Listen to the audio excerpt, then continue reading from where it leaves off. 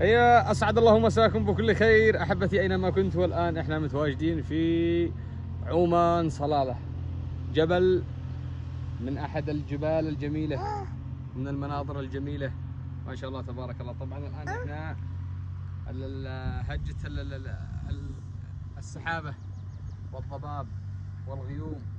يا سبحانك يا الله، يا سبحانك يا الله.